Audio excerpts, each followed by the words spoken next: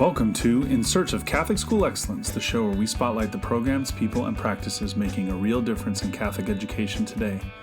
If you're a school leader striving to build a community of faith, excellence, and innovation, you've come to the right place. Each episode brings you ideas that are working, stories that inspire, and new possibilities for your school's mission. Let's explore what's working and what's possible. Welcome back, folks. This week we are joined by Megan Rabbitt of Bridget Academy in San Francisco, California. And St. Bridget Academy is a new school. It's a transitioned school from a school in our diocese prior. And it's got a unique model, a unique focus. And we're here to talk about what makes St. Bridget Academy so cool. So Megan, thank you for joining me today and for sharing a little bit about the school and the story behind it. I'd just like to start off with discussing St. Bridget School has been around for a long time in the San Francisco Diocese, and it made a transition a couple of years ago to be much more focused around students with either special needs or learning difficulties. And I would just love to hear more about that history. How did that decision come to it? How did you arrive at that position? And give us a little bit of story of that behind the scenes. Hey, thank you, Thomas, for having me here today. I want to say that first off. And I can share with you that this is a passion project for me that hits home personally as well as professionally. So I'd been a teacher since 2000 and a couple other dioceses as well. And so when I moved to San Francisco, I took a position in a traditional Catholic school, and I'd been a general ed teacher for some time. And it wasn't until I had my oldest son, and he has learning differences, and that really sparked my interest to dive into special education.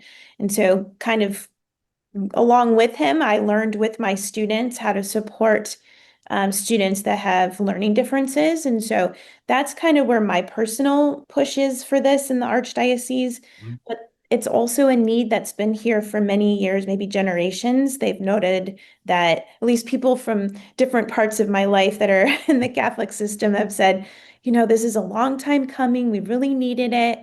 And with the way that things were going in the Archdiocese at that particular time, the previous superintendent, Pam Lyons, she reached out when I had put my application in for a principalship.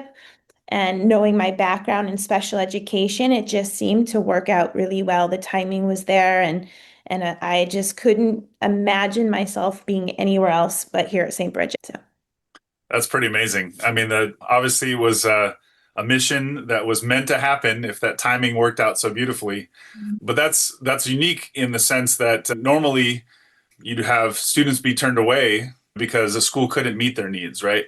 And they wouldn't know what to do with those differences. And here you have an opportunity to not only meet those kids, but also potentially help other schools who would normally be turning students away because they can't help them. You're like, hey, we actually have a place that really knows what they're doing.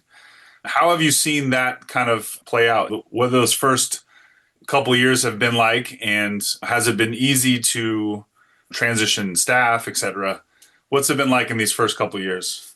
Well, we actually launched July 1st, 2024. So this is the very beginning of our second year. So Right. It's pretty fresh. We have nearly an entire new staff this last year, which we had to hire, and they've done a phenomenal job with the transition because everything from curriculum to just starting something new with new ideas is a lot. It's a heavy lift. Mm-hmm. And it's been wonderful to be a part of, or at the helm of, a team of self-starters, shall we say. So not only, are you thinking about how you're scheduling, you're thinking about, it looks different because we do a different program called Walk to Read and Walk to Math. Mm-hmm. So the constant thought behind how the student is doing and personalizing their education and making sure that they're being leveled properly. So we have students that are twice exceptional, that might be 1, 2, 3 grade levels ahead. We can actually move them to be leveled appropriately. And then we have students who might be in a subject area 1, 2, even maybe 3 below. And so we can properly move them. There's no stigma in the school because we don't call our classrooms by grade. This is not level 1. This is the yellow room. This is the purple room. So students when they walk in and about in the hallways to go to their classes, it's just a common like thing that we've climate and culture that we've created. So, but it takes a lot of back end for our staff to be able to get there because in a traditional setting, you would have your curriculum pretend like grade two. Here's all your curriculum for grade two. This is what you're Right. producing and creating. But when you have students of all these different levels, it's like you have to be 10 feet ahead to make sure that you're getting their needs met and leveling them appropriately. But they do come and stay together for their homeroom and all those things. It's really the only two major classes where it's their switching levels is reading and math. We rely heavily on our diagnostic testing, whether it's Hmm. STAR testing. We implemented iReady this year to see how that can go in tandem with what we're doing. Plus, obviously we would do their testing that's within the regular scope of their content. And then just the observations that you see, and then you pull heavily on if they arrive with a neuropsych evaluation. That is a huge piece at the very beginning of each time we get a new student, we have to dive into those and make sure that we're providing accommodations for each student, modifications if needed, on top of any kind of movement with the curriculum. So it's a heavy lift for our staff, but they are so passionate about this project that I think like all the extra hours and things that goes into this, it's just a beautiful thing. Yeah, and you have the flexibility being new and also small that you can morph it as you need to, right? Mhm. So it's not just something like there's not like this manual for this kind of situation that you're No. just laying out. And you would love to have that, I'm sure. But actually the flexibility to be able to meet the needs and to continually refine what you're doing, I think is probably an advantage, a huge advantage for the school. Yeah, it is. And we call it fluid. So, if a student suddenly is struggling in this new leveling, we're not going to keep them there. We'll put them back at where it's a little more comfortable for them. We always want them to feel challenged just at the right instructional spot. So yes, I guess we are fluid in that regard, Yeah, versus like in a traditional model, maybe it's like you're in second grade. Maybe I can differentiate a little bit up, a little bit down, but there's no probably going three grade levels ahead, kind right, of. right. Well, that makes it a lot of fun. Hmm. How is the structure? So you already mentioned that the classrooms, instead of talking about grade levels, you're talking about a color. So you're going to have math in this particular class, or whatever. You're going to have your homeroom in this particular class. How else is the structure of the school different from a traditional? Is the model from the top down different? Are your faculty working together in a different way? How else are they? Is it different? We have a ratio of four students to one educator or staff member, so that's different in itself. We also, I want to say that I'm called the head of school, and then we have a director of operations. So it is a little bit different than maybe a traditional model with the principal at the top and delineate like everything underneath. So that piece is unique to our situation. I think that we have a very, very robust counseling department, which is needed when you have a school like ours. Students often come to our school with a lot of trauma from their previous schools. So we have to be able to meet them where they're at with their social emotional growth and development. So we have a very strong SEL program. We have a pupil services counselor who's full-time, who goes in and out of all the classrooms, knows all 41 children very well. And then we have a part-time MFT who will come in Wow. and do, the therapies as needed at the appropriate age levels. And we also have a resource teacher who has a BCBA. So this person is someone who has a master's in behavioral therapy. And in his past, he had actually worked with students with autism one-on-one in that regard. So when you have someone who can intervene in the moment with students, just like our people services counselor, being able to actually kind of stop the behavior and redirect and support in that way. It's wonderful to have a person like that on staff as well. So it's very robust. That's unique to our program. And we implemented a program that ties into our religion as well. It's called Frenzy. I found it when I was at a conference in Los Angeles last year, and we were looking at different ones. And this one really seemed to really stand out to me, looking at how we can teach social emotional learning, but also have a religious twist to it, to Mm. spirituality, and at least in a Catholic school. I think all ties into character education. So Hmm. Frenzy's been a great program that our school counselor has implemented this year, and it's a school-wide program. So we use the same language and the thoughts to be to have our kids all on the same page, teachers all on the same page, and how we're promoting this positive energy in our building because we have a lot of students who might struggle with their regulation and things like that, but to be able to have a common language that we're using with them, it's helping the environment's just a very positive place to be in. Yeah, it sounds obviously very intentional about how you're doing everything. And somebody who would be a casual listener or a principal at another school might be listening and going like, wow, how can they possibly have all those people? But that's really what the students need. And you can do this in little pieces, but together you can build a program that's actually what the students need. And if anyone would take a lesson away from it, it would be like, let's meet the students where they are and let's find the services that we need to be able to help those kids. But Mhm. thankfully, there's a school, at least in our diocese here, where that's being addressed and not like swept under the rug or ignored because they can't do anything about it. Yes, and it's part of our NESPICs. It's something that we strive to do in every diocese in the nation. We should Mhm. be supporting our diverse learners, and it's really exciting to be a part of something in at least in our archdiocese where we can actually support the ones that need a little bit more. Then there might be some students with mild learning differences that can still maintain themselves in typical traditional models.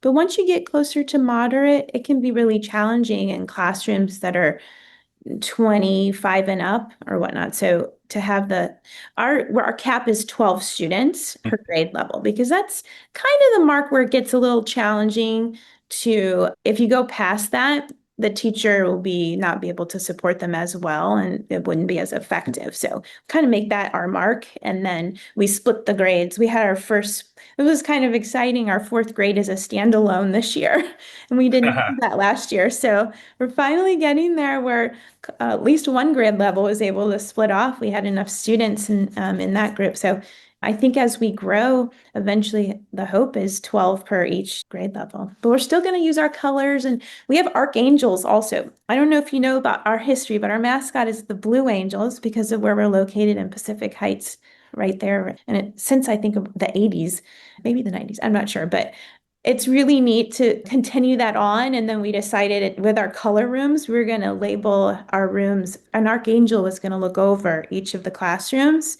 Oh, that's So cool. it's really sweet. That's fun to be able to just talk about, like why this particular angel for this particular room, and Mhm. that adds just so much more character to the situation.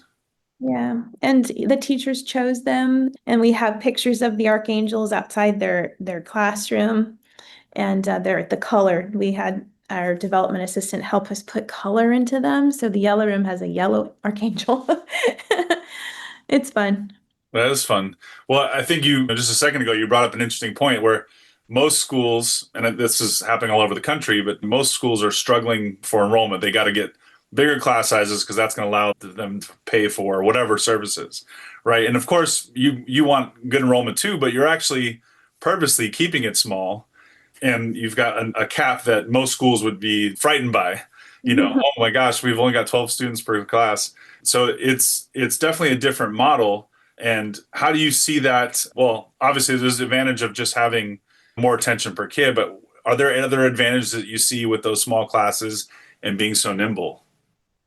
I think the best part about a micro Catholic school is that you're able to get to know every single student at a level that you probably wouldn't otherwise known. I've taught in Catholic schools where I've had 41 in a class, and I mean, I knew them at their academic levels, but to really know them personally and their parents, and it's a different situation. And that piece is really, really awesome too. So Mhm. the community itself is very tight because there's so few. And there's some advantages with also those kids almost act like it's almost like a family situation sometimes when you walk in the classroom versus in, traditional rows, the kids are so many in a room, they have to be in rows and it's much more, Mhm. and not, they're especially in the lower grades, there's a little more flexibility so students can do things in small groups within a small group. And they can work individually and get just the right amount of attention. They can flip and do centers. I'm just imagining my lower floor right now. We can even still do centers up through fourth grade. So, Mhm. which is not something you would typically see in a traditional Catholic school. Yeah, so many opportunities to try different things out, experiment, play with it, and not just randomly, but you're able to follow research and then kind of be Mhm. able to see if these things will work for your students, and that's I think a huge advantage. Oh, Um, I was going to say one thing that I also find really a lot of fun, and there's research behind it, is STEM. We have a makerspace, and our science teachers, um, they work in tandem together to create, while they're following state curriculum for, each of the grade levels to make sure the students get those standards. They incorporate STEM with almost everything they do for our special learners because a lot of them need more of a hands-on approach, and they're getting that in our makerspace. And that's been really neat to watch. yeah, oh, that's fun. So then, what are some of those other rooms you just mentioned? The makerspace. What are some of the other academic pieces that you have? Okay, our schedule is set up really unique as well because we can do this. All the students are since it's multi-aged, we're able to make it so that recess and lunch, recess are all together. All the students are together. So in a typical school, you might have the lower floor goes first and then the upper floor or whatnot, but we keep them all together. And that gives us the flexibility to have all our instructional minutes from the time they get to school, and it starts at 8:20, and then we go until 12:30, all instructional minutes. We don't have any of these special classes like PE or anything like that early in the day. So Hmm. then they have their lunch period, and then from 1:15 until 3:30 are all their special classes. So they have PE twice a week, they have a music class on Fridays once a week, and they have an alternating art and drama program on Wednesdays. Wow. We provide them every single special you can give them, or at least try to. But it's all in the afternoons when that's kind of like a lighter load where it's more a participating grade Hmm. versus their academic grades. And Hmm. also with students with learning differences, their attention might be waning by the time after lunch hits. And I really, even at the middle school level, I don't want to see a reading class happening at like 2 o'clock, you know? Right, right. So that heavy lift was something that we decided in our schedule from the very beginning, and it's really it's working out well to have all the instructional up until lunch. Well, it sounds like a lot of fun too. There's another lesson there for the average, school where, how can we best use that time and like how can we play with that schedule so that things that make the most sense to get done can happen in that morning, and you can focus all that academic energy. But then you can also, play around with the specials. Not to mention, if you do really something cool or somebody needs to come in, you've got that buffer of lunch to bring somebody in and kind of get things set up. And so you can do lots of cool things. It's a fun way to look at the schedule. Yeah, it's kind of cool. And we partnered starting last year with a nonprofit called Reading Ready. So if our student might have dyslexia or some kind of reading difference, or maybe they just really struggle and need pull out one-on-ones, they work with our students in the afternoons. So if they're missing maybe one PE class a week, that's okay. I just would rather them have, if you look at the minutes, have their instructional heavy and then that extra pump of supplement to happen during a class that's not going to be a grade for them per se, you know? Right, So, right. And it's not like they're losing out on PE altogether. They're getting what they need in both cases, yeah, but exactly. you have the ability to pull them to do that extra work. Mhm. That's great. So, where do you see this kind of going and growing? You're starting year two. Uh, there's still probably a lot of bumps you got to iron out, but I know you've probably got a pretty big dream board of what the school could do. It's just, I imagine that 5-year strategic plan. I'm imagining having those 12 students in each of the grade levels. Hmm. That's what my dream is.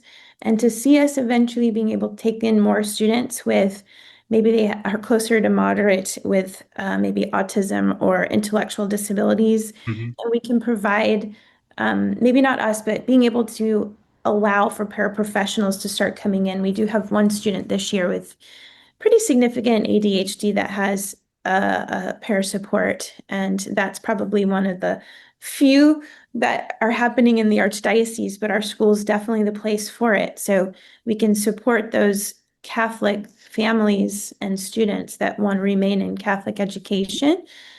And so more students like that I'd like to see here because I think Yeah. we can do it. Yeah, and a message for the other principals out there. You're a great place for those students, especially if they can't help them. Then perhaps this would be a great place for them. Mhm. I want to finish off with a couple questions, one more specific, one a little bit more general.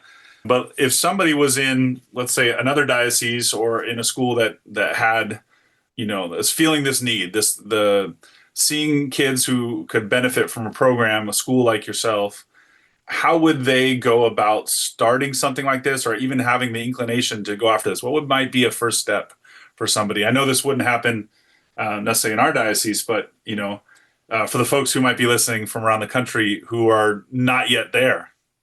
Well, I think you would start with some kind of like SWOT, like what are your needs in the community and do an analysis of, you know, kind of top down, really, like talk to their superintendent and or those at that level and say, okay, let's try to find out, well, how many students in these schools have learning differences and how many students have been asked to leave or they just, their parents pull them out. So get those numbers and see, it depends. I'm imagining that it's everywhere, right? So in Right. all of the dioceses everywhere. So kind of getting an idea of how many people it really need to be served.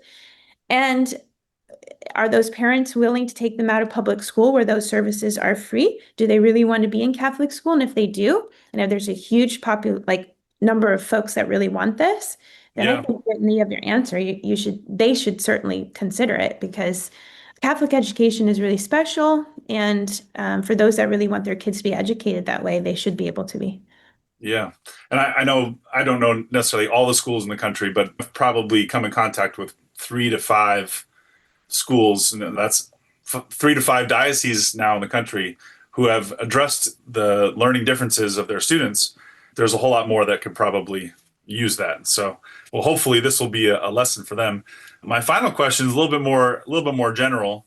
If we pull back and look at the a lesson that like any principal can pull from this, and it's really about meeting student needs, and maybe they're not as severe or as challenging.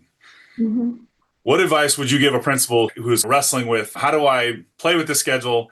How do I change what we can do to help our students? Whether that be something of as simple as maybe it's only a reading comprehension issue in the school, or maybe it's you want your specials to be better. How would you encourage a principal to take a step towards really meeting the needs of the students?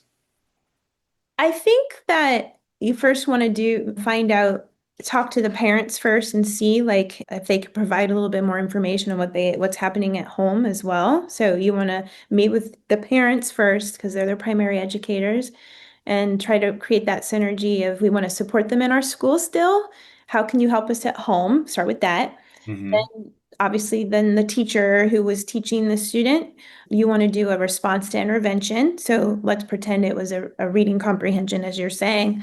So then maybe you look at a combination of their testing, how they're doing in the class, and then you have to evaluate where the teacher can then support and differentiate. So maybe you pull them out for whether it's a small group that needs reading support, or maybe it's one-on-one time. Find that time in the day, some during that schedule somewhere where they can give them the extra reading support or whatever it might be. And then if it gets to the next level, maybe it's really not working even with just that pull out reading group. Okay, then you put your heads together, parents and teacher and principal or whatnot, and figure out, okay, what kind of supports do they really need? Do they need to get evaluated for the first time? If they've already been evaluated, maybe we need to go back and get them reevaluated and find out if there's something more. How can we meet the needs on the evaluation that we have? Uh, Mm-hmm. and I think it's a lot of coaching also, because sometimes there's teachers that may not know how to meet the needs with the accommodations and Mm-hmm. modifications that might be on the report. So making sure that those teachers understand what these interventions might be. So, and I think that if the principal isn't quite sure how to do it themselves, then they need to seek some training before they're trying to coach or get the right person involved to help them. Right, right. So it could be Yeah, outside resources like a professional development, a series of those, or it could be there is already someone on staff that is their resource teacher that needs to be going into the classrooms more and actually like in the classroom, not just doing pullouts. But this is one of my biggest pieces of advice is for Catholic schools.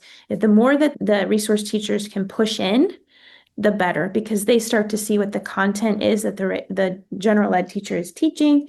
They can then better support the students that need the support. So, yeah. I think that's great. As a general class trained teacher myself, I always know that like when you watch a really good resource teacher or somebody who is teaching a special class that's got that kind of extra skill, the creativity that they have is like amazing, right? So it's like we should all be trained for all of these things. right. It would make all of our lives that much easier, right? I appreciate you sharing that bit. I know it's a challenging job to be a principal. It's a challenging job to then also to be a principal of a school that's brand new and trying to do important things. So I appreciate you sharing the story and your advice with folks, and hopefully somebody out there will be listening to this and be able to pull something from it and maybe make a change at their school or push for something different for their students. Thank you for having me. It was really fun to be able to talk about St. Bridget Academy. I get so excited and it warms my heart that there are people that are interested in learning about it. So thank you. No problem. Glad to have you. And perhaps we'll have more stories from you in the future as things change and develop. I hope so. All All right. right. Thanks, Megan. Thank you. Bye. Thanks for joining us on In Search of Catholic School Excellence. We hope you heard something inspiring or something you'd like to try at your own school. Please share this episode and leave a review to help others find us. To see how we can support your journey toward excellence, visit ilovemytechteam.com. Until next time, celebrate what's working and keep reaching for what's possible.